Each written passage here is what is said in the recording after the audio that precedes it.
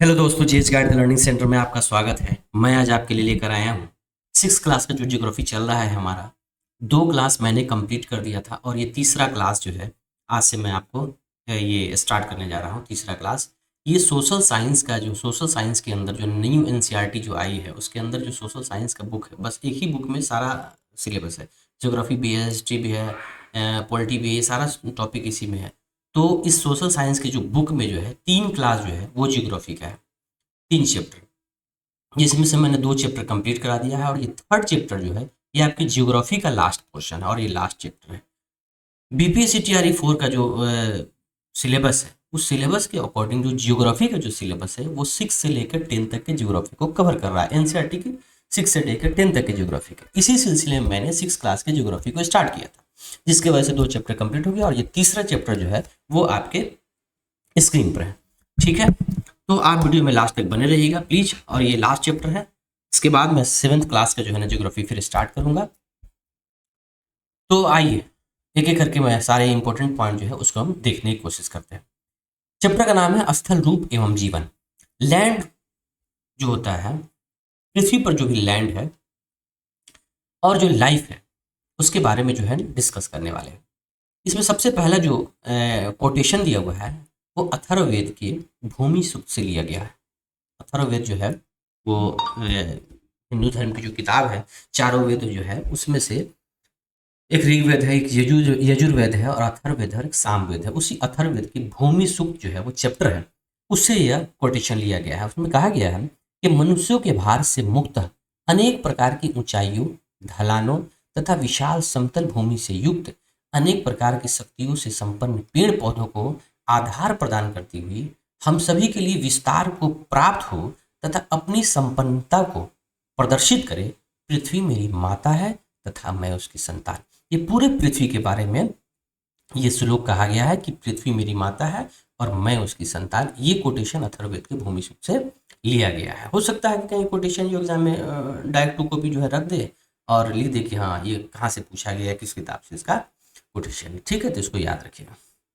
आगे जो है ये इसमें हमको पढ़ना है कि स्थल रूपों के प्रमुख प्रकार कौन से हैं, जीवन तथा संस्कृति के लिए इसका क्या महत्व है, प्रत्येक स्थल रूपी के साथ जो है संबंधित जीवन की क्या चुनौतियां एवं अवसर, इसके बारे में हम एक एक करके देखेंगे। इसमें जो मोस्ट इम्पोर्टेंट पार्ट है वो ये है कि स्थल रूप जो है 3 श्रेणियों में बांटा जा सकता है: पर्वत, पठार और मैदान। ये 3 पार्ट है जो स्थल रूप को बांटते हैं। ठीक है, लैंड का जो है वो इक्विजिशन जो है ना 3 पार्ट में बांटा गया है: पर्वत है, पठार है, मैदान है। माउंटेन है, प्लेट्यू है और फील्ड है, या मैदान है या ग्राउंड है। तो प्लेन है, प्लेन मैदान। इसमें एक वर्ड आता है तुंगता, इसको पहले आप समझ लीजिए। तुंगता जो हिंदी में तुंगता कहते हैं और इंग्लिश में इसका नाम जो है एल्टीट्यूड है। एल्टीट्यूड, हिंदी में इसको बोलते हैं, इंग्लिश में बोलते हैं एल्टीट्यूड और हिंदी में बोलते हैं इसको तुंगता। तुंगता होता क्या है? समुद्र तल से किसी वस्तु या लक्ष्य की ऊंचाई, जैसे कि समुद्र का ये लेवल है, पानी का ये लेवल यहाँ पर है, ठीक है, और इसके ऊपर कुछ भी हो, थोड़ा देख लीजिए, जैसे मान के चलिए जो है ये हवाई जहाज ही चल रहे हैं, तो इस यहाँ से लेकर हवाई जहाज की जो ऊंचाई है इसको हम एल्टीट्यूड कह सकते हैं। या हो सकता है कोई चिड़िया उड़ रहा है, उसके बारे में जो है हम अनुमान लगा सकते हैं कि उसकी ऊंचाई जो है समुद्र तल से कितनी है। तो समुद्र तल से चाहे वो पर्वत की ऊंचाई हो, उड़ती हुई चिड़िया की ऊंचाई हो, उड़ते हुए वायुयान की ऊंचाई हो या किसी सैटेलाइट की ऊंचाई हो, ये ऊंचाई पर जो है ना इस वर्ड का हम यूज करते हैं एल्टीट्यूड। तो इसको आप ध्यान रखिएगा, हिंदी में इसको बोलते हैं तुंगता। 3 तरह के स्थल रूप है जिसको 3 श्रेणी में बांटा गया है: पर्वत, पठार और मैदान।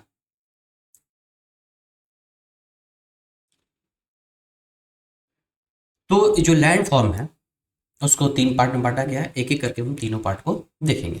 पहला पार्ट जो है वो है पर्वत, माउंटेन।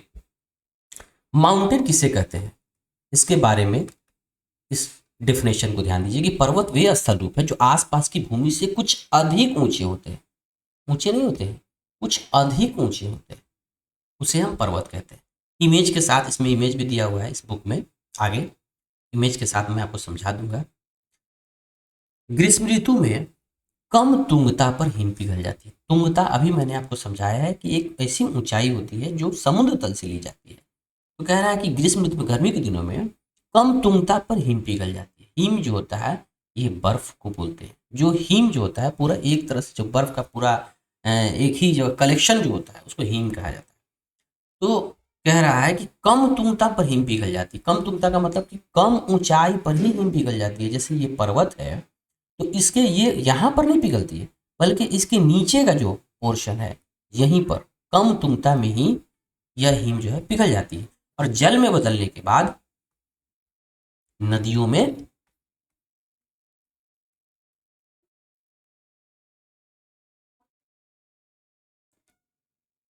नदियों पर पहुंचती है। ठीक है। बहुत अधिक ऊंचाइयों पर हिम कभी नहीं पिघलती। इसका भी याद रखना है कि बहुत ज्यादा ऊंचाई पर हिम कभी नहीं पिघलेगा। कभी भी पिघलेगा तो कम ऊंचाई पिघलेगा। और ये पर्वत अस्थायी रूप से हिम से ढके होते हैं। पर्वत का जो ऊपरी पोर्शन है पूरी तरह से हिम से ढका होता है, नीचे का भी पोर्शन ढका होता है, लेकिन नीचे वाला जो पोर्शन है वह ज्यादा गर्मी जब आती है तो उसमें वो पिघल कर पानी बनकर वो नदी के रास्ते निकल जाती है। एक इमेज है, इस इमेज को पहले आप ध्यान से देखिए। ये इमेज मैंने दिया है, ठीक है। इस इमेज में जो है ये सारा जो है ये पर्वत का है इमेज, ठीक है। और इस पर्वत से जो कम ऊंचाई है थोड़ा सा उसके जस्ट नीचे यहाँ पर भी देखिए, ये भी एक ऊंचा पोर्शन है, लेकिन ये सपाट है। सपाट का मतलब यहाँ पर जीवन संभव है, लोग रह रहे हैं, जीवन संभव है, अच्छे से रह सकते हैं, लेकिन यहाँ पर रहने लायक नहीं है पर्वत, लेकिन ये रहने लायक, इसको हम कहते हैं पठार, ठीक है। और इसी पठार पर जो है शहर बसा हुआ है रांची। छोटा नागपुर का पठार पर रांची शहर बसा हुआ है, इसको आपको पता है। तो पठार जो है मैदान से जस्ट ऊपरी का जो इलाका है उसको जो हम पठार,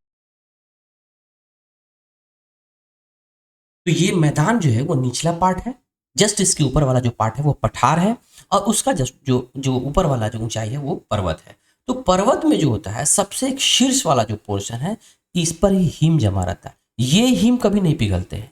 इसके नीचे वाला जो पोर्शन है ये सब पोर्शन जो है यहाँ से हिम पिघल कर और पानी बनकर इस नदी के रास्ते जो है ना वो सागर में चली जाती है। तो ये हुआ पर्वत, ये हुआ पठार और ये हुआ मैदान। ये इमेज आप देख लीजिए।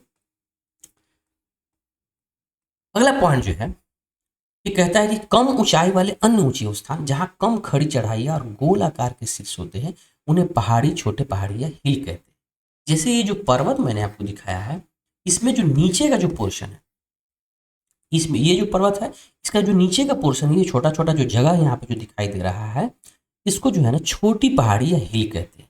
और यही जो होता है ना पर्यटकों को देखने के लिए होता है। इस पर हिल स्टेशन बनाया जाता है ताकि लोग जो है ना घूमने आए तो यहाँ पर देखें, यहीं पर अपना दुकान कर रहा है घूमने के लिए। और ये पठार है, ये पर्यटकों के लिए सबसे बेस्ट जगह होती है घूमने के लिए पठार, ठीक है। पर्वत पर तो घूम नहीं सकते हैं। पर्वत के जस्ट नीचे वाला छोटा छोटा जो जगह है उसको आप हिल स्टेशन के तौर पर बना दिया जाता है और फिर पठार के ऊपर बना दिया जाता है। ये पर्यटकों के लिए पठार जो है ना बहुत इफेक्टिव होता है, पर्यटक के लिए बहुत ही अच्छा लगता है, नेचुरल प्लेस होता है। तो इस चीज को आप देखें। इसमें एक वर्ड आता है वर्षण। वर्षण क्या होता है? तो वर्षण का मतलब होता है कि वायुमंडल से पृथ्वी पर किसी भी तरीके से पानी अगर गिर रहा है तो उसको हम वर्षण कहते हैं। चाहे वो वर्षा के तरीके से गिरे, चाहे वो हिमपात के तरीके से या ओला गिरे, किसी भी तरीके से अगर पानी का गिरना हो रहा है मतलब कि वर्षण हो रहा है। इस पॉइंट को आप समझ लीजिए। आगे कहता है कि हिम और ओले का जो गिरना है वास्तव में जल का ठोस रूप में गिरना है। जल जो हम लोग के पास जो गिरता है ऊपर से बारिश होती है वो लिक्विड के फॉर्म में होता है, लेकिन हम कहेंगे जल ठोस रूप में कैसे गिरता है तो हिम और ओले का गिरना, हिम गिरता है या ओले गिरता है ये समझते हैं कि जल का ठोस रूप में गिरना है। आगे चल के कुछ इमेज दिया गया है। ये सब इमेज क्या है? पर्वत का इमेज दिया गया। सबसे पहला जो है ना एवरेस्ट ग्रीसरिंग, आप जानते हैं कि विश्व का सबसे ऊंचा पर्वत जो है माउंट एवरेस्ट है। उसी माउंट एवरेस्ट का एवरेस्ट ग्रीसरिंग जो है का इमेज जो दिया हुआ है ये कहाँ है? नेपाल तथा तिब्बत के बीच स्थित है। नेपाल देश है और तिब्बत के बीच ये स्थित है एवरेस्ट। ओकांकगुआ, ओकांकगुआ जो है वो एंडीज पर्वत श्रृंखला जो साउथ अमेरिका में है। इमेज देखेंगे तो पता चल जाएगा, साउथ अमेरिका में है ये एंडीज पर्वत श्रृंखला। माउंट एवरेस्ट जो है नेपाल तथा सिक्किम के नेपाल तथा तिब्बत के बीच में है। किलिमंजारो जो है ये अफ्रीका का पर्वत है, किलिमंजारो। अफ्रीका किलिमंजारो ग्लिसरीन कहाँ है? पूर्वी अफ्रीका, अफ्रीका में है, पूर्वी अफ्रीका का जो जगह है उसको, लेकिन डायरेक्ट कहते हैं कि अफ्रीका के किलिमंजारो। आल्पस पर्वत श्रृंखला ये कहाँ यूरोप में है, पश्चिमी यूरोप का हिस्सा जो है, ये उसका इमेज दिया हुआ है। कंचनजंगा, कंचनजंगा कहाँ है? सिक्किम और नेपाल के बीच में कंचनजंगा की जो पहाड़ी है आप जानते हैं। अनाईमुडी ये दक्षिण भारत की सबसे ऊंची चोटी है, अनाईमुडी साउथ इंडिया की सबसे ऊंची चोटी जो है वो अनाईमुडी। ये 6 पर्वतों का जो है वो इमेज दिया हुआ ताकि आप समझ जाइए कि पर्वत होता कैसा है। इसमें लिखा हुआ है कि विश्व के अधिकांश पर्वतों को पर्वत श्रृंखलाओं के रूप में वर्गीकृत किया गया। पर्वत जो होता है तो मेन जो चोटी होता है वो तो चोटी है, लेकिन उसके साथ साथ अटैच जितने भी पर्वत है उसको एक श्रृंखला के तौर पर देखा जाता है। ठीक है, जैसे एशिया में क्या दिया है? हिमालय, यूरोप में आल्पस पर्वत मैंने अभी दिखाया है, दक्षिण अमेरिका में एंडीज पर्वतमाला मैंने आपको दिखाया, दुनिया की सबसे बड़ी पर्वतमाला है एंडीज पर्वतमाला। तो इसके ये पर्वतमाला में सबसे बड़ी है। ठीक है, याद रखिएगा पर्वतमाला अलग है और चोटी अलग है। चोटी में माउंट एवरेस्ट, लेकिन पर्वतमाला का पूछे मतलब सीरीज एक जैसा पूछे तब उसमें जो है आपको एंडीज पर्वतमाला है। ठीक है, कहाँ चला गया? तो ये इसमें जो है देखिए, ये पर्वतमाला के सीरीज दिया हुआ है, जैसे कि रेड कलर से दिया हुआ है कि ये पूरा जो है एक पर्वतमाला है, उसी तरह ये पूरा एक पर्वतमाला है। ये एक ही जगह नहीं है, ये अलग अलग 6 पर्वतों को एक जगह अटैच करके आपको इमेज दिया गया है। ये पर्वतमाला एक जगह नहीं है, ये अलग अलग है। ठीक है, यहाँ दिया हुआ है कि विश्व के 6 पर्वतों की सापेक्ष ऊंचाई दर्शाने वाले ग्रह का चित्र। जो 6 पर्वत मैंने ऊपर जिक्र किया है, जो अफ्रीका का किलिमंजारो था, साउथ अमेरिका का जो है वो एंडीज पर्वतमाला हो गया, आल्पस पर्वत जो पश्चिमी यूरोप में था, ये सारे जो पर्वतमाला है उसी को दिया हुआ है। इसमें जो है जो वहाँ दिया हुआ है मैंने उसको यहाँ हाईलाइट कर दिया। एवरेस्ट श्रृंग कहाँ है? नेपाल तथा तिब्बत के बीच। कंचनजुंगा कहाँ है? सिक्किम राज्य और नेपाल के बीच। हिमालय पर्वत श्रृंखला की 2 सबसे ऊंची चोटियाँ श्रृंखला है कौन? हिमालय पर्वत श्रृंखला की 2 सबसे ऊंची चोटियाँ एवरेस्ट और कंचनजंगा। एवरेस्ट फर्स्ट है, बाद में कंचनजंगा। एंडीज पर्वत श्रृंखला दक्षिण अमेरिका की सबसे ऊंची चोटी। ठीक है, ओकांगगुआ ग्रीसलिंग है। ओकांगगुआ जो है वो एंडीज पर्वतमाला की सबसे ऊपरी चोटी का नाम है ओकांगगुआ। पूर्वी अफ्रीका में किलिमंजारो ग्रीसलिंग है। पश्चिमी यूरोप में ब्लांक ग्रीसलिंग है। ये आल्पस जो पर्वत श्रृंखला बताया है उसकी सबसे ऊंची चोटी है ब्लांक। अनाईमुडी मैंने अभी बताया कि वो साउथ इंडिया की सबसे ऊंचा ग्रीसलिंग है। ठीक है, केरल में इसे क्या कहते हैं? अनाई शिखर। ये पार्ट आता है। इसके बाद जो पॉइंट आता है वो कहता है हिमालय के बारे में, कि हिमालय जो है वो नुकीली चोटियों वाले पर्वत अपेक्षाकृत नवीन है। मैंने इसको इसलिए हाईलाइट किया कि हिमालय के बारे में पूछता है कि नवीन पर्वत, नया पर्वत कौन सा है। इसमें ऑप्शन में आपको 4-5 पर्वत दे देंगे, जिसमें से आपको ऑप्शन में हिमालय पर्वत पर टिक मारना। हिमालय जो है वो नवीन पर्वत है। और याद रखिए नुकीली चोटी वाले पर्वत, नुकीली चोटियों में सबसे बेस्ट एग्जाम्पल जो है आपको माउंट एवरेस्ट आ गया। अधिक गोलाकार पर्वत और पहाड़ियाँ जैसे अरावली श्रृंखला काफी पुरानी है। ये भी सवाल आपको पूछता है, ये दोनों क्वेश्चन ही है। ठीक है, सबसे पुरानी जो है वो श्रृंखला का नाम बताइए, तो अरावली पर्वत श्रृंखला। ठीक है, ये इसका अपर्दन जो है होता रहता है, अपर्दन के कारण ये गोल हो चुकी है, इसलिए जो गोलाकार पर्वत और पहाड़ियाँ कहा जाता है।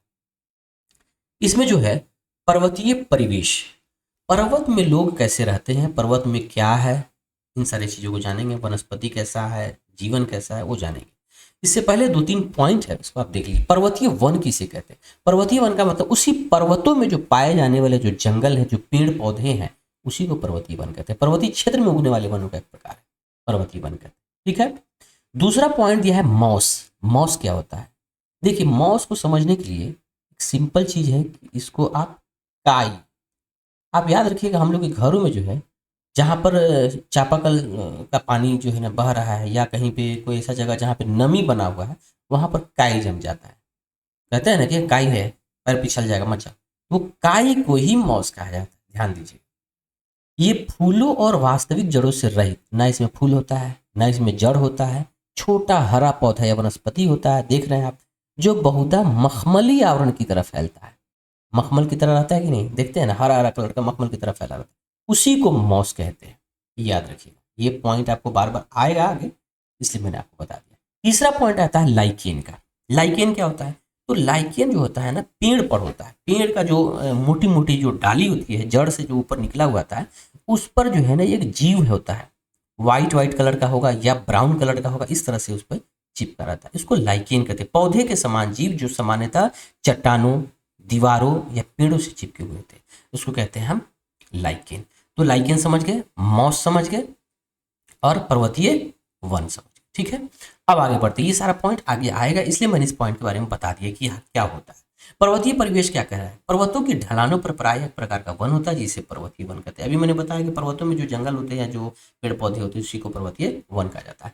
यहाँ के पेड़ कैसे होते हैं, इस पर भी क्वेश्चन बार बार पूछा जाता है। शंकुधारी वृक्ष होता है, याद रखिएगा, शंकुधारी वृक्ष होता है। शंकुधारी कैसा होता है? तो यहाँ मैंने एक इमेज बनाया हुआ है ग्रीन कलर का, ये देखिए, ये शंकु, शंकु का इसी तरह होता है। जब मैथ पढ़ेंगे शंकु जब बनाएंगे तो शंकु का इमेज यही होता है। इसी तरह का पेड़ होता है, वो कैसा होता है? देखिए पेड़ का फोटो मैंने यहाँ बना दिया है ताकि आप देख लें कि इस तरह से पेड़ होता है, ठीक है। शंकुधारी पेड़, ये पूरा पर्वतों पर इसी तरह का आपको पेड़ मिलेगा शंकुधारी, और इसका पत्ता जो होता है ये इस तरह से नोकीला होता है। ठीक इसी तरह मैंने इमेज देखकर मैंने इस इमेज को बनाया है। तो इसी तरह का ये पत्ती होती है नुकीली, और शंकुधारी जो है ना वन यहाँ पाया जाता है। इसीलिए पूछता है कि पर्वतीय ढलानों पर किस तरह के वृक्ष पाए जाते हैं, तो शंकुधारी वृक्ष पाए जाते हैं। कौन कौन से पाए जाते हैं, तो उसका नाम आपको याद रखना होगा। पाइन जिसको हम चीड़ कहते हैं, फर, स्प्रूस और देवदार, ये 4 तरह के पेड़ जो है, वृक्ष जो है, आपको अक्सर पर्वतीय वनों में मिलेंगे।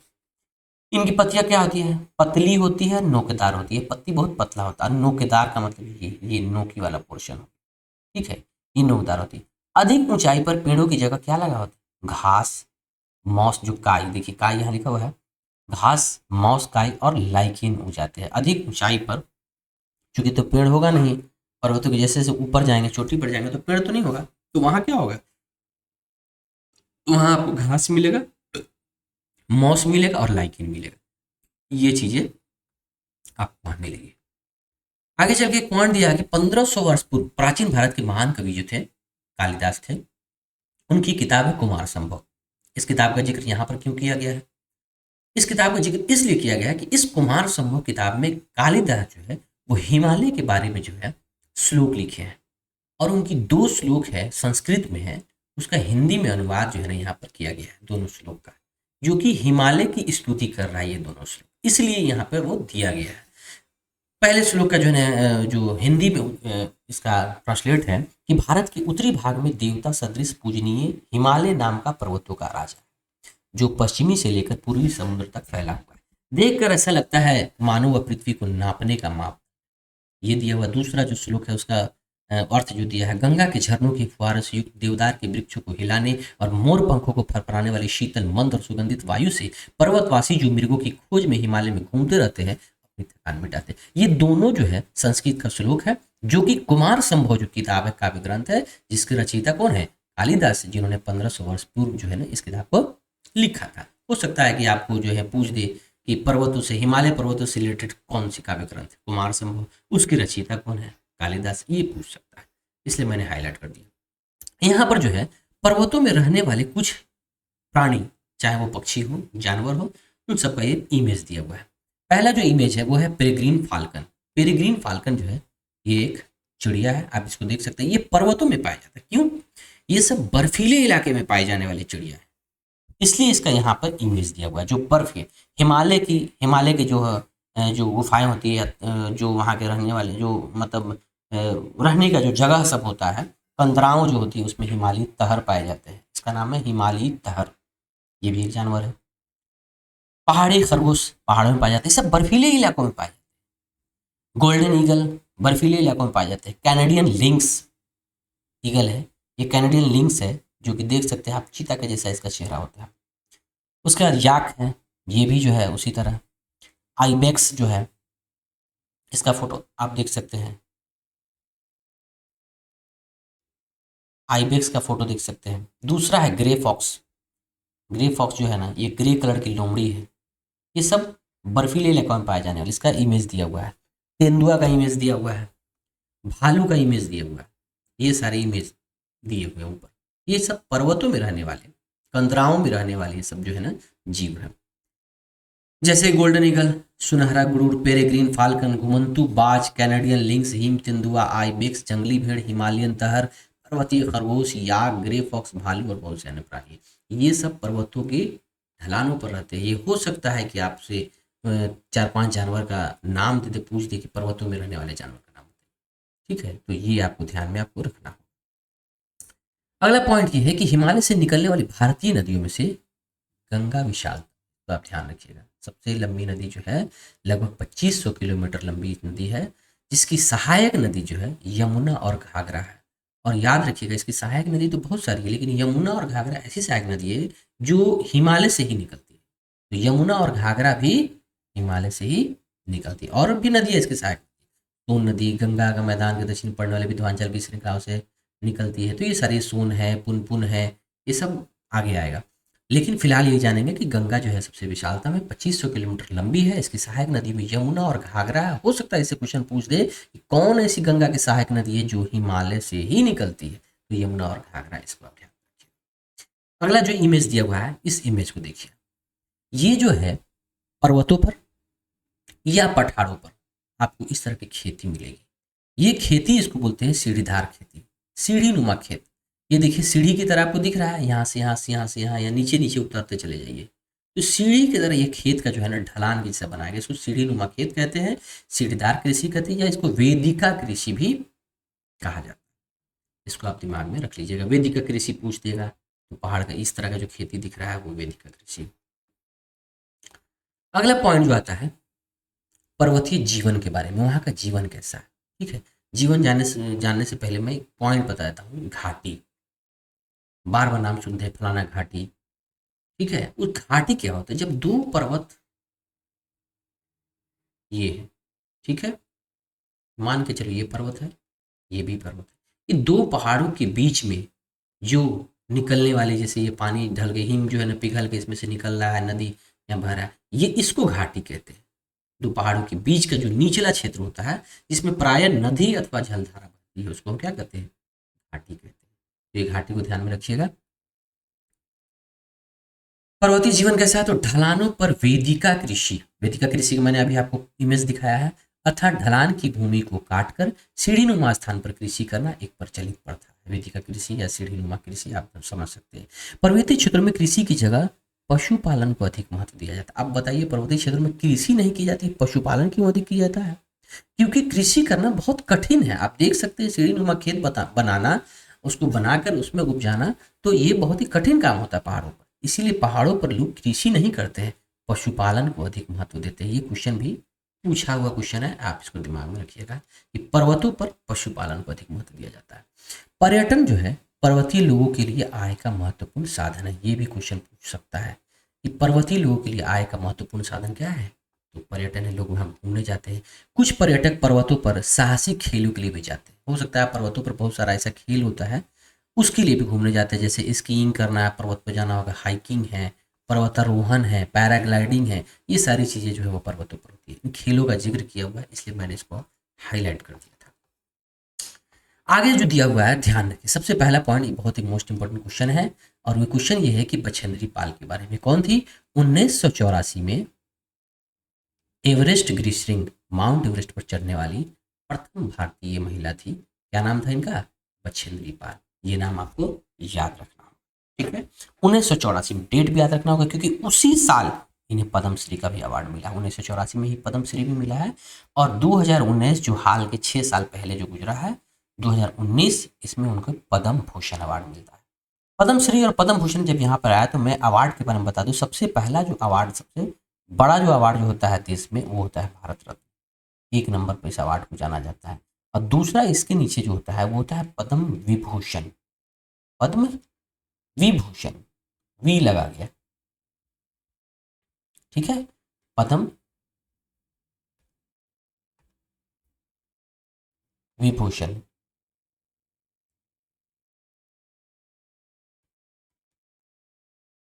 और तीसरा होता है, गलत, पद्म भूषण, पद्म भूषण। और चौथा होता है पद्मश्री, ठीक है। तो याद रखिएगा 1984 में जब ये माउंट एवरेस्ट पर चली तो उन्हें पद्मश्री मिला था 1984 में, ठीक है। और 2019 में इन्हें पद्म भूषण अवार्ड से सम्मानित किया। बछेंद्री पाल क्या है? यह प्रथम भारतीय महिला जो माउंट एवरेस्ट पर चढ़ी थी। दूसरा एक नाम आता है अरुणिमा सिन्हा। हो सकता है क्वेश्चन ये आपसे पूछ सके। अरुणिमा सिन्हा सिन्हा जो है वो 22 साल की थी, ये विकलांग थी। इनको एक्सीडेंट हुआ था जिसमें इन्होंने अपना पैर गंवा दिया था। 2013 में क्या हुआ, बछेंद्री पाल ने इन्हें मोटिवेट किया और ट्रेनिंग दी, जिसकी वजह से 2013 में इन्होंने एवरेस्ट गिरिश्रिंग पर चढ़ाई की। इसके बाद इन्हें अंटार्कटिका के विंसन गिरिश्रिंग पर भी ये चढ़ी थी। अंटार्कटिका जो है उसके विंसन गिरिश्रिंग पर भी ये चढ़ी हुई थी, जिसके कारण 2015 में इसे क्या मिला, पद्मश्री का अवार्ड। ठीक है, नाम क्या है, अरुणिमा सिन्हा। याद रखिएगा ये विकलांग थी। चलिए आगे जो है आपको ये इमेज दे रहा है। इमेज क्या है, कोई खास नहीं, लेकिन आप देख सकते हैं ये बाढ़ का इमेज दिया कि जब बाढ़ आता है तो क्या होता है, तो आप तो जानते ही हैं। भूस्खलन जो है ये देखिए, ये रोड है और ये रोड के बीच से जो है ना जमीन खिसक गई है, इसी को भूस्खलन कहते हैं। दूसरा जो इमेज दिया हुआ है वो है पर्यटकों का अनैतिक रूप से आना। बहुत सारे पर्यटक जब बहुत ज़्यादा जब आने लगते हैं उसका इमेज दिया हुआ है। चौथा पॉइंट है हिमस्खलन का। हिमस्खलन जिसको एवलांच कहा जाता है। हिमस्खलन होता क्या है, मैंने बताया था कि पर्वत की जो नीचे का जो हिस्सा है वहाँ पर गर्मी के दिनों में वो बर्फ पिघलने लगता है और पिघलने के बाद से जो है वो हिमपात होना शुरू होता है। इसी हिमपात को हिमस्खलन कहते हैं। पर्वत से अकस्मात हिम का गिरना, हिमपात अथवा चट्टाने टूट कर गिरना, ऐसा प्रायः तब होता है जब हिम का पिघलना आरंभ होता है। इसको क्या कहते हैं, हिमस्खलन कहते हैं या एवलांच कहते हैं। इसको ध्यान रखिएगा, ठीक है। उसके बाद जो होता है, अगला फोटो दिया हुआ है आपको भारी हिमपात का। यही जो हिम पिघल रहा है उसका गिरेगा तो बगल में नीचे में जो मैदानी इलाकों में जो लोग रह रहे हैं उसके घरों पर जो है इस तरह से हिमपात होता है, बारिश होती है। बादल फटना क्या होता है, बादल फटना का मतलब अचानक प्रचंड तूफान के साथ जो है ना बारिश होना, उसको बादल फटना बोलते हैं। ठंडा मौसम का जो इमेज दिया हुआ है, ठीक है, यह यहाँ पर बहुत सारे शुद्ध वायु आपको मिलती है, मनोरम दृश्य मिलता है, इसलिए पर्यटक लोग यहाँ घूमने पहुंचते हैं। चलिए अगला पॉइंट इसमें है कि एवरेस्ट ग्रीसिंग जो है वो विश्व का सबसे ऊंचा पर्वत शिखर है। 8,849 मीटर दिया हुआ है, ठीक है, ध्यान रखिएगा 8,849 मीटर। कहीं कहीं पर 8,848 भी आपको मिलता है। तो माउंट एवरेस्ट के बारे में याद रखिएगा कि यह एवरेस्ट ग्रीसिंग विश्व का सबसे ऊंचा पर्वत शिखर है। नाम इसके बारे में हो सकता है पूछ, ये तो नहीं पूछेगा कि दुनिया की सबसे ऊंची चोटी, क्योंकि ये तो क्वेश्चन आम हो गया है। अब हो सकता है ये पूछ दे कि दुनिया की सबसे ऊंची चोटी जो है माउंट एवरेस्ट है, तिब्बती लोग इसे किस नाम से बुलाते हैं, तो चोमोलुंगमा इसका नाम है। तिब्बती लोग इसे बनाते हैं चोमोलुंगमा, और नेपाल में इसे कहते हैं सागरमाथा, ठीक है। ये दोनों आप याद रखिएगा। तिब्बती लोग चोमोलुंगमा जो कहते हैं इसका अर्थ है जगत जननी। मैं इस वर्ड को, आप ये जो फिल्म आई थी पीके, उसमें जो है वो जो हीरोइन थी उसका नाम था जगत जननी। तो तिब्बती लोग जो है इसे चोमोलुंगमा कहते हैं। माउंट एवरेस्ट का नाम है चोमोलुंगमा जिसका अर्थ है जगत जननी। और नेपाल के जो निवासी इसे सागर माथा कहते हैं जिसका अर्थ होता है आकाश की देवी, सागर माथा, ठीक है। ये दोनों नाम आप याद रखिएगा, हो सकता है एग्जाम इसको टारगेट करे, चोमोलुंगमा और सागर माथा। तिब्बत में कैलाश पर्वत है जिसे हिंदू दर्शन, बौद्ध मत, जैन मत और बौन, बौन क्या होता है, वो तिब्बत का एक प्राचीन धर्म है, उसे कहते हैं बौन। इसके अनुयायी जो इसे पवित्र मानते हैं, किसको मानते हैं पवित्र, जो कैलाश पर्वत तिब्बत, इसको पवित्र मानते हैं। यहाँ घूमने के लिए जाते हैं, पूजा के लिए जाते हैं, बहुत सारी चीज़ें। ये था पर्वतों की कहानी। अब आइए पठार के बारे में। पठार क्या होता है, तो आसपास की भूमि से उठी होती है और प्राय इसकी सतह चपटी होती है। मैंने अभी आपको इमेज जो दिखाया था उसमें बताया था कि मैदान से ऊपर होती है लेकिन ये चपटी होती है। यहाँ पर जीवन संभव है, लोग रहते हैं, इसलिए यह पठार कहलाता है। पठारों के दो उदाहरण है। पहला उदाहरण है तिब्बत का पठार। ये तिब्बत के पठार के बारे में है, क्वेश्चन पूछता है कि विश्व का सबसे बड़ा और ऊंचा पठार, देखिएगा ये मोस्ट इंपोर्टेंट क्वेश्चन है। दुनिया का सबसे बड़ा और सबसे ऊंचा पठार कौन है, तिब्बत का पठार। और दूसरा नाम आता है दक्षिणी पठार। दक्षिणी पठार कहाँ है, भारत के दक्षिण में जो है, ठीक है, वो दक्षिणी पठार। पठारों की ऊंचाई जो है कुछ 100 मीटर से लेकर कई हजार मीटर तक हो सकती है। मे भी हो सकता है कि हाँ 300-400 से स्टार्ट हो सकता है कि 2000 मीटर तक जाए, 2500 मीटर तक जाए, 3000 मीटर तक जाए। तो ये पठार की ऊंचाई के बारे में दिया। अगला जो पॉइंट दिया होगा तिब्बत के पठार के बारे में। क्यों तिब्बत का पठार, अभी मैंने पढ़ा है कि विश्व का सबसे ऊंचा पठार, उसकी औसत ऊंचाई जो है 4500 मीटर है, ये आपको दिया हुआ है, इसको याद रखना है। इसे विश्व की छत का नाम दिया गया है। पूरब से पश्चिम दिशा तक ये लगभग 2500 किलोमीटर लंबा है, पूरब से पश्चिम। ठीक है, पूरब से, ये हो गया पूरब और ये हो गया पश्चिम, तो पूरब से पश्चिम तक इसकी लंबाई 2500 किलोमीटर लंबा है।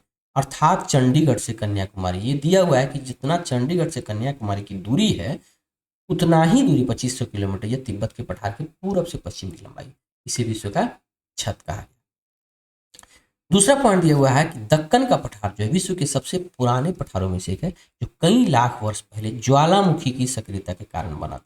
ये पॉइंट हो सकता है आपको एग्जाम का टारगेट करें कि दक्कन का जो पठार है वो किस तरह से बना हुआ है, तो ज्वालामुखी की सक्रियता। अगला पॉइंट इसमें आता है कि पठारों में खनिजों का प्रचुर मात्रा में जमाव देखने को मिलता है। खनिज पठार में बहुत ज्यादा होते हैं, बहुत ही मोस्ट इंपोर्टेंट क्वेश्चन है, पूछता है खनिज जो है, खनिज पर्वत में भी बहुत कम मिलते हैं और मैदानी में भी तो खैर बहुत न के बराबर मिलते हैं, लेकिन पठार में खनिज जो है प्रचुर मात्रा में जमाव देखने को मिलता है। इसीलिए इस पठार को क्या कहा जाता है, खनिजों का भंडार गृह, किचन ऑफ मिनरल्स, खनिजों का भंडार गृह से कहा जाता है किसको, पठार को।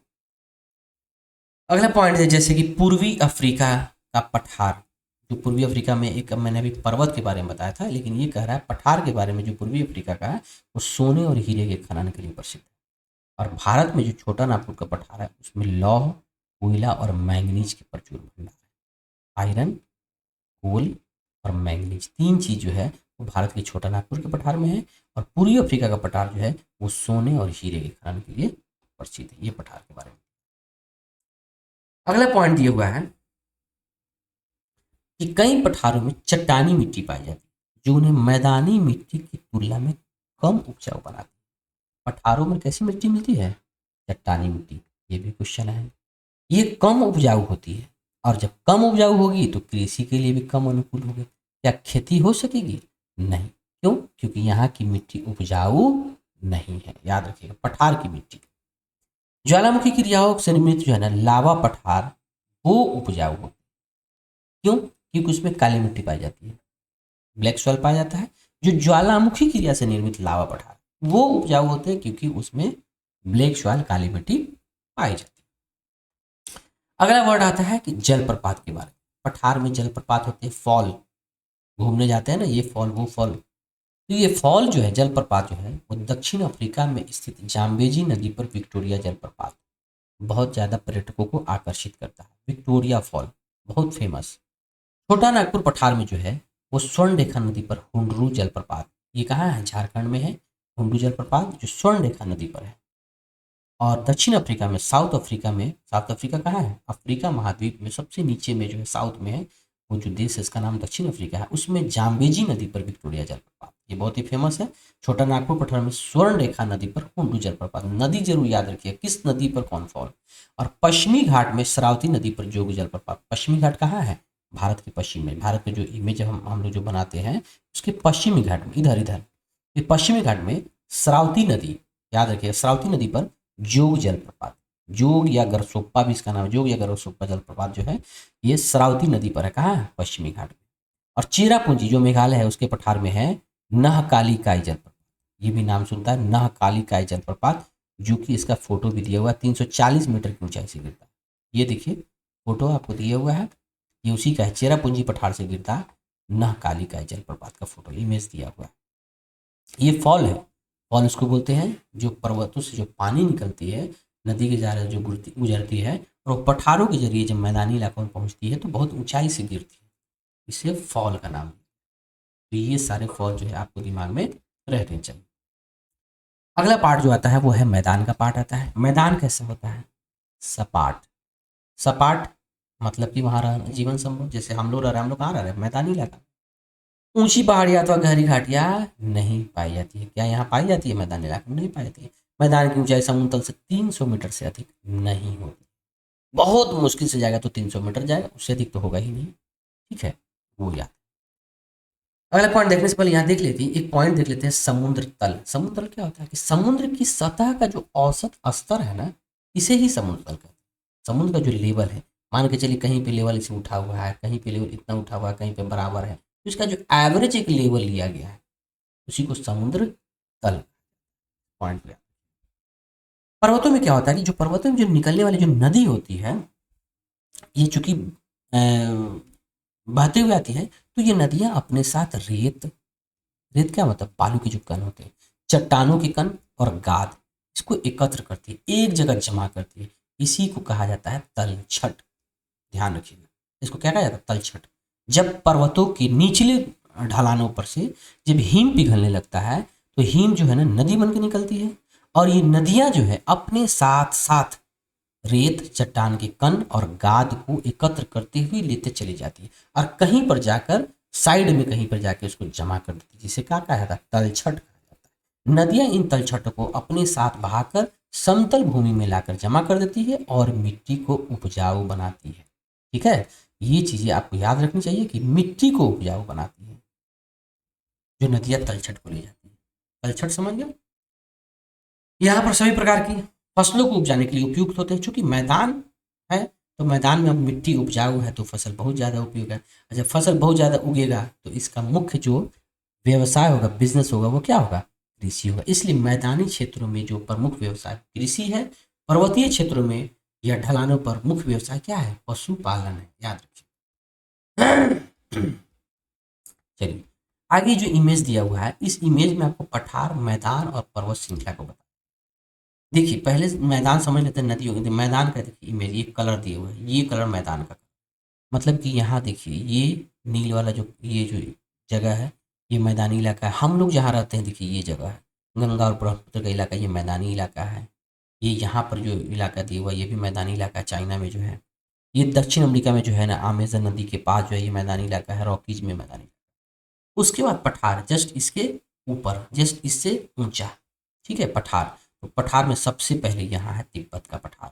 ये दुनिया का सबसे मतलब ऊंचा पठार है, तिब्बत का पठार, जिसे विश्व की छत भी कहा जाता है, तिब्बत का पठार। तीसरा पॉइंट है पर्वत श्रृंखला, जो येलो कलर से दिया हुआ। देखिए, ये पर्वत श्रृंखला का मैंने नाम बताया था।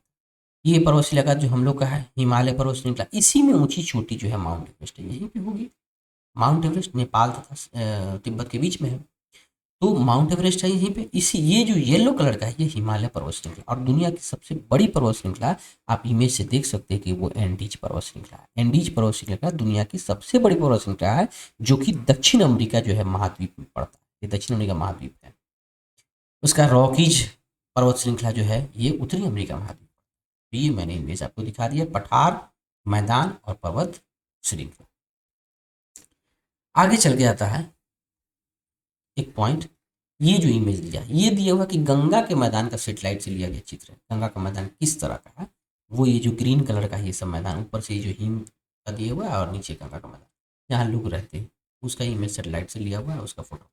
अब यहाँ की जो मैदानी जीवन है, मैदान में जो लोग रहते हैं, उसके बारे में, तो भारत की कुल जनसंख्या की एक चौथाई से अधिक, एक चौथाई से अधिक, एक चौथाई का मतलब क्या हुआ? एक चौथाई का मतलब हो गया, यह 4 पार्ट हुआ, जिसमें से एक चौथाई ये पूरा। तो इससे अधिक, इससे अधिक का मतलब क्या होगा? हो सकता है इतना हो। एक चौथाई से अधिक अर्थात लगभग 40 करोड़ की जनसंख्या भारत के गंगा के मैदान। ठीक है, मुख्य व्यवसाय क्या होगा? मैंने बताया कि मुख्य व्यवसाय कृषि होगा, और एक दूसरा भी है मत्स्य पालन, मछली पालन। ये मुख्य व्यवसाय में आता है मैदानी इलाकों में। क्यों? नदियां बहती है और नदियों में मछलियां होती है, तो मुख्य व्यवसाय मत्स्य पालन और कृषि है। ये व्यवसाय बिजनेस में आ गया। अब उसके बाद से मैं क्या बोलते हैं उसको, अनाजों में पूछ सकता है फसल में, तो चावल है, गेहूं है, मक्का है, जौ है, और मोटे अनाज में ज्वार, बाजरा, रागी, ये मोटा अनाज होता है। तो ये सारी चीज़ें जो है खाद्य फसलें उगाई जाती है मैदानी में। और जो कैश क्रॉप है, जो कपास है, जूट है और सन है, ये सब क्या है? कैश क्रॉप में आते हैं। ये सब कैश फसलें हैं। रेशेदार फसलें भी उगाई जाती है। अगला पॉइंट आता है कि भारत में इन स्थानों पर बहुत से त्योहार, समारोह और धार्मिक रीति किए जाते हैं। किन स्थानों पर? संगम स्थल पर। संगम स्थल क्या होता है? संगम स्थल जहाँ पर दो नदियाँ मिलती है, दो नदियों के संगम को संगम स्थल कहते हैं, और इस संगम स्थल को पवित्र स्थल माना जाता है। इसीलिए भारत में इन स्थानों पर क्या होते हैं? बहुत से त्योहार, समारोह, धार्मिक रीति किए जाते हैं। ठीक है, ये पॉइंट एक दिया था। उसके बाद जो आता है, उसका ये जो है गंगा नदी में जो है नौका परिवहन जो है, ये इमेज दिया हुआ कि गंगा नदी में किस तरह से नाव पर लोग सामान इधर से उधर ढोते हैं। यहाँ पर जो है मरुस्थल के बारे में थोड़ा जिक्र किया गया है, उसमें सबसे पहले हम ये जान लें इस पॉइंट को कि लचीलापन क्या होता है, जिसको इंग्लिश में रेजिलियंस कहते हैं। लचीलापन का मतलब होता है कि चुनौतियों और कठिनाइयों का सामना करने अथवा उनके अनुसार ढलने की क्षमता। लचीलापन का मतलब ऐसा इंसान को होना चाहिए कि जहाँ जाए उसी की तरह हो जाए, वैसा ही हो जाए, उसमें ढल जाए उस माहौल में। बोलते हैं ना कि उस माहौल में क्या ढल गया, उसको कोई दिक्कत नहीं होता, जहाँ जाता है उसको मन लग जाता है, उसी माहौल में ढल जाता है। इसी को लचीलापन बनते हैं बोलते हैं, फ्लेक्सिबल होना, ऐसा माइंड होना कि जहाँ पर जाए वहाँ पर बस जाए। ये लचीलापन वर्ड था। इसमें एक पॉइंट आता है कुछ मरुस्थल गर्म होते हैं। गर्म मरुस्थल के बारे में भी नाम पूछ सकता है, जो है अफ्रीका का सहारा मरुस्थल। मरुस्थल क्या होता है? जहाँ रेत ही रेत है, जहाँ गर्मी खूब पड़ती है। मरुस्थल बालू का होता है। ठीक है, तो अफ्रीका का जो सहारा मरुस्थल है, ये दुनिया का सबसे बड़ा मरुस्थल है, ये गर्म मरुस्थल है। और भारत में भी गर्म मरुस्थल है, वो थार मरुस्थल है। कहाँ है ये? राजस्थान में। ठीक है, तो अफ्रीका का सहारा मरुस्थल और भारतीय थार मरुस्थल ये बहुत गर्म होते हैं। और एक कुछ मरुस्थल ऐसे भी जो ठंडे भी होते हैं। वो ठंडा कौन सा मरुस्थल? एशिया का गोबी मरुस्थल। ठीक है, गोबी मरुस्थल जो है वो ठंडा मरुस्थल। अगला पॉइंट जो इसमें दिया हुआ है, और ये शायद मुझे लगता है कि लास्ट पॉइंट है, कि प्राचीन तमिल संगम कविता। तमिल में जो है संगम कविता है, उस कविता में कविता की 5 टीनें, 5 दृश्य भूमि है। 5 जो है ऐसी भूमि है, जमीन है, माने जगह है, जिसका नाम दिया हुआ और वहाँ का मुख्य व्यवसाय बिजनेस दिया हुआ है। वहाँ मुख्य व्यवसाय क्या होता है, ये जगह क्यों फेमस है? ये इसलिए फेमस है कि यह कुछ विशिष्ट देवताओं की जीवन शैलियों, मनोदशा अथवा भावनाओं जैसे प्रेम, अनुराग, अलगाव, झगड़ा, इस सबसे आदि जुड़ा हुआ ये भी दृश्य भूमि है। इसीलिए इनका नाम जो है ये दिया हुआ, जो प्राचीन तमिल संगम कविता में इसका नाम दिया है। तो इसको जो है ना एक बार देख लीजिएगा, इसका नाम भी और इसका मुख्य व्यवसाय भी। पहला नाम कुरिंजी है, कुरिंजी जगह का नाम है। ये क्या है? ये पर्वतीय क्षेत्र है, इसको ध्यान में रखिएगा, ये पर्वतीय क्षेत्र है कुरिंजी। तो पर्वतीय क्षेत्र, यहाँ का मुख्य व्यवसाय क्या है? आखेट और संग्रह करना। आखेट का मतलब क्या होता है? शिकार करना, जानवरों को शिकार करके उसका से इसको एक जगह करना है।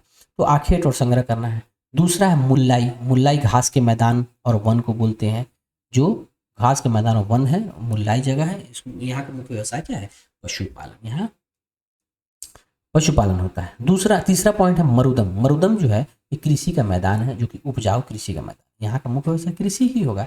नेदल, नेदल तटीय क्षेत्र है। तटीय क्षेत्र क्या होता है? जो समुद्र के बगल में होता है, तटीय क्षेत्र। यहाँ मत्स्य पालन होगा और समुद्री यात्रा होगी। पाले जो है वो शुष्क और मरुस्थल जैसा प्रदेश है। यहाँ क्या होगा? घुमंतु और युद्धरत लोग आते। ठीक है, बस इतना ही है। ये चैप्टर जो है यहाँ पर समाप्त होता है। और ज्योग्राफी का जो है ये लास्ट चैप्टर था। सोशल साइंस का जो सोशल साइंस में जो चैप्टर दिया हुआ है, जितना भी न्यू एनसीईआरटी में जो 6 क्लास के जो किताब है सोशल साइंस का, उसमें ज्योग्राफी का 3 ही चैप्टर दिया हुआ है, जिसमें से 2 चैप्टर मैंने कंप्लीट, आज तीसरा चैप्टर आज आपका कंप्लीट हो गया। सारे चैप्टर आपके कंप्लीट हो गए और इस चैप्टर का एमसीक्यू जो है ना एक एक करके हम लोग देखेंगे। तो आइए अब एमसीक्यू की तरफ। ठीक है, तो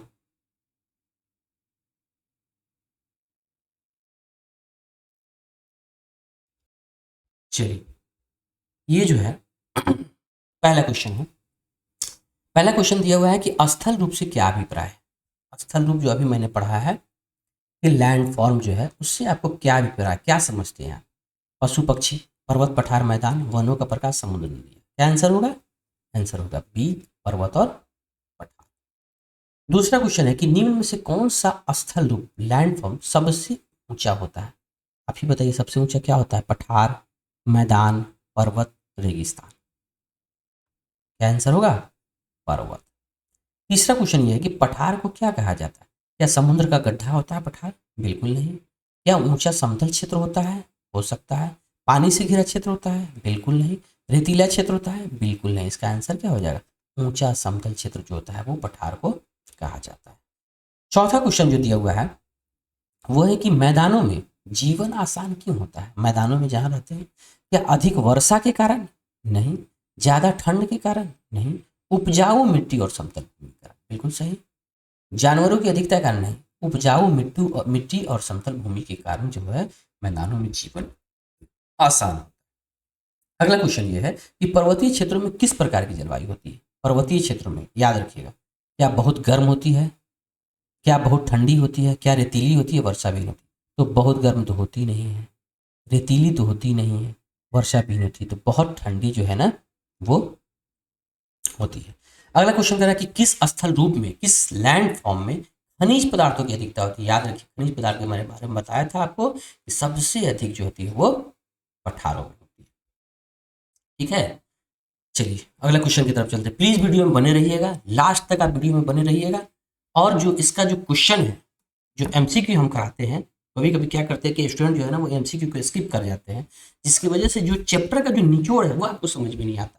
चैप्टर जो शुरू से हम अभी तक पढ़े हैं ये पॉइंट वाइज पढ़े हैं, लेकिन जब हम उसका एमसीक्यू कंप्लीट कर लेते हैं तो ऐसा लगता है कि मेरा चैप्टर जो है ना कंप्लीट हो गया। और अगर आपको लगता है कि नहीं अभी चैप्टर मेरा 80% कंप्लीट हुआ है, एक बार वीडियो को फिर से रिवाइंड करके आप देख लीजिएगा, मुझे ऐसा लगता है कि पूरी तरह से कंप्लीट।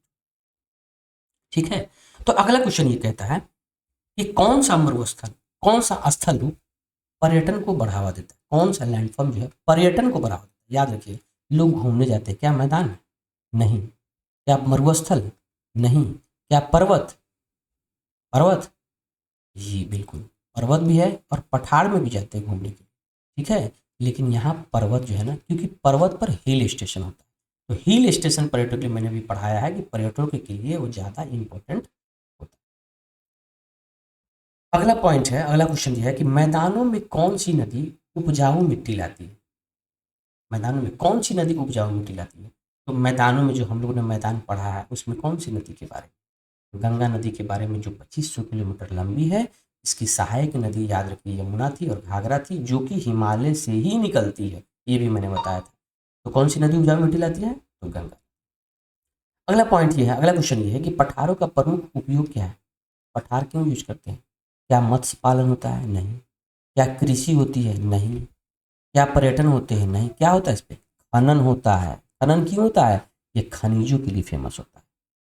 ठीक है, पर्यटन भी होता है लेकिन थोड़ा बहुत होता है, इसलिए इसको कटिंग किया गया। मतलब जो सटीक जो आंसर है उसका होगा ये खनन होगा, क्योंकि पठार के बारे में हमने पढ़ा है कि पठार खनिजों के लिए फेमस है। अगला क्वेश्चन ये है कि पर्वतों में खेती कठिन क्यों होती है? मैंने बताया है, फोटो भी इमेज दिखाया था। क्या आंसर हो सकता है? अब देख लीजिए, वहाँ जल नहीं होता, वहाँ लोग नहीं रहते, वहाँ की भूमि समतल, वहाँ खनिज होते हैं। वहाँ की भूमि समतल नहीं होती है। फोटो बताया था, कैसा खेत था? सीढ़ी नुमा खेत था, जिसको वेदिका कृषि कहते थे। याद आया? तो इसीलिए खेती वहाँ की कठिन होती है। अच्छा, वहाँ का मुख्य व्यवसाय क्या है? आप लोग कमेंट करके जरूर बताएं कि पर्वतों में रहने वाले लोगों का मुख्य व्यवसाय क्या है। ठीक है, चलिए अगला क्वेश्चन ये है मैदानों में प्रमुख आजीविका क्या है? मैदान में जो लोग हम लोग रहते हैं उसकी प्रमुख तो मैदान में रहने वाले के लिए मुख्य व्यवसाय मैंने बताया था, क्या था? कृषि था। एक और चीज मैंने बताया था, दूसरा पॉइंट ये आपको बताना है। मैदानों में प्रमुख आजीविका कृषि बताया था, एक और चीज बताया था वो आपको बताना है। ठीक है, अगला पॉइंट है कि 12 कौन सा स्थल पृथ्वी की छत कहलाता है? पृथ्वी का छत्र, याद रखिए, इसको मैंने कहा था, क्या पठार को कहा था? बिल्कुल कहा था। तिब्बत का पठार जो था, मैंने उसके बारे में आपको बताया था कि उसे पृथ्वी की छत कहा जाता है। तिब्बत का पठार विश्व की छत कहा जाता है, मैंने बताया था, इमेज के साथ मैंने दिखाया। अगला क्वेश्चन क्या कि दक्कन का पठार कहाँ स्थित है? तो दक्कन का पठार दक्षिण में स्थित है, भारत के दक्षिण में। दक्षिण भारत आपका जो है ना इसका आंसर हो जाएगा। अगला क्वेश्चन ये है कि हिमालय पर्वत भारत में कहाँ स्थित है? तो भारत में कहाँ स्थित है बताइए? उत्तर भारत, दक्षिण भारत, पूर्व भारत, पश्चिम भारत, ये है उत्तर भारत। किस क्षेत्र में जनसंख्या सबसे अधिक पाई जाती है? बताइए, पठार में सबसे अधिक जनसंख्या पाई जाएगी? नहीं। पर्वत में पाई जाएगी? नहीं। द्वीप में पाई जाएगी? नहीं। कहाँ पाई जाएगी? मैदान में। हम लोग मैदान में न रहते हैं, तो इसलिए मैदान में सबसे अधिक जनसंख्या पाई जाती है। अगला क्वेश्चन कहता है कि किस स्थल रूप में, किस लैंड फॉर्म में पशुपालन अधिक होता है? ठीक है, पशुपालन के बारे में बताया, तो मैंने बताया था कि जो पर्वत होता है, जो ऊंचाई जगह होता है, वहाँ पर कृषि नहीं होती है, वहाँ पर सबसे अधिक क्या होता है? पशुपालन होता है। पहला क्वेश्चन का आंसर मैंने आपको बता दिया अभी जो आपसे पूछा था। तो इसमें मैदान ऑप्शन है नहीं होगा, मरुस्थल ऑप्शन नहीं होगा, समुद्र ऑप्शन नहीं होगा, पठार ऑप्शन नहीं देती। अगर पठार की जगह यहाँ पे पर्वत होता है तो वो भी ज़्यादा सटीक होता है। ठीक है, हालांकि पठार जो है जो के लिए फेमस है, और पर्वत अगर ऑप्शन रहता है तो उसको देते, पर्वत को, पठार को नहीं। लेकिन पर्वत पठार दिया तो भी चलेगा। पशुपालन सबसे अधिक यहाँ होता है। स्थल रूप किस कारण से बने हुए? लैंड फॉर्म जो है वो क्यों बन गए? पृथ्वी की आंतरिक और बाह्य गति जब होती है, इंटरनल और एक्सटर्नल जो गति होती है, मोशन होता है, जिसकी वजह से लैंडफॉर्म बने या जिसकी वजह से मैदाने बने। पर्वत किसे कहते हैं? नीचे की ओर झुकी हुई भूमि को, गलत। जल से ढकी भूमि को, गलत। ऊंची तथा ढलानदार भूमि को, बिल्कुल सही। समतल और सूखी भूमि को, गलत, ये भी नहीं होगा आंसर। अच्छा, आंसर यहीं पे दे दिया हुआ है, ऊंची तथा ढलानदार। ठीक है, अगला क्वेश्चन ये है कि मैदानों में कौन सा काम सुगमता से होता है? सुगमता का मतलब आसानी से होता है। और भी काम होते हैं लेकिन ये काम बहुत आसानी से होता है। पेड़ लगाना भी दिया है, बर्फ गिरना भी दिया है, ये तो खैर एकदम नहीं होगा। घर और सड़क बनाना बहुत आसान होता है, मैदानी इलाका में हम लोग बनाते हैं घर, सड़क, ये चीज़ें ज़्यादा आसान है। हालांकि पेड़ लगाना भी आसान है, लेकिन पेड़ लगाने से भी ज़्यादा आसान घर और सड़क बनाना। अगला क्वेश्चन कहता है कि पठारों में कृषि कठिन होती है। क्यों पठारों में कृषि कठिन होती है? क्योंकि क्या मिट्टी उपजाऊ नहीं होती? वहाँ कोई नदी नहीं होती? ये तो गलत होगा। वहाँ लोग नहीं रहते? नहीं, गलत हो। केवल पर्वत होते हैं? नहीं, गलत होता। आंसर क्या हो जाएगा कि पठारों में कृषि कठिन क्यों होती है? क्योंकि मिट्टी उपजाऊ नहीं होती। मिट्टी उपजाऊ क्यों नहीं होती वहाँ की मिट्टी? क्योंकि मिट्टी जो है पठार में जो है ना वो ढलता हुआ रहता है, ढलता हुआ रहता है, तो वहाँ की मिट्टी जो है ना मैदानी इलाकों की मिट्टी की अपेक्षा उपजाऊ नहीं होती है। मैदानी इलाके में काली मिट्टी होती है, ब्लैक सॉइल, उसमें खूब उपजाऊ होती है, तो पठारों की मिट्टी उपजाऊ नहीं होती। तो आपका वीडियो यहीं पर समाप्त होता है। आज के लिए इतना ही, मिलते हैं नेक्स्ट वीडियो में। यहाँ पर ज्योग्राफी का पोर्शन कंप्लीट होता है। नेक्स्ट वीडियो में मैं आपको 7th क्लास की ज्योग्राफी का मैं चैप्टर आपके सामने लेकर आऊँगा।